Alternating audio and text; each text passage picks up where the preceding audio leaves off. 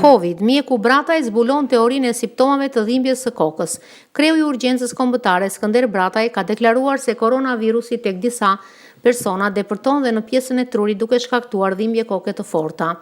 Sipas tij, këtë e ka vënë re edhe tek shumë pacientë të cilët nuk qetësohen dot pavarësisht përdorimit të qetësuesve.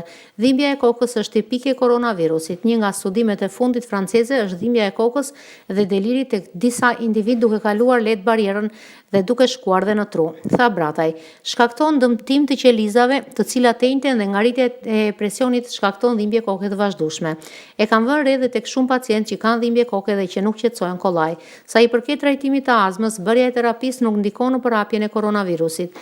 Fakti pastaj i ecurisë së sëmundjes, si tregon vështirësi në frymarrje, si dhimbje në gjoks, është fakti i stërmundimit që bëjnë muskujt e kraharorit dhe mosmbushja me ajër. Në 24 orët e fundit, në vendin ton janë kryer 2560 testime, prej të cilave 423 janë testime që janë kryer për arsye depistimi, ndërkohë që kanë rezultuar pozitiv me virusin SARS-CoV-2 694 qytetar, po ashtu janë shëruar 351 persona.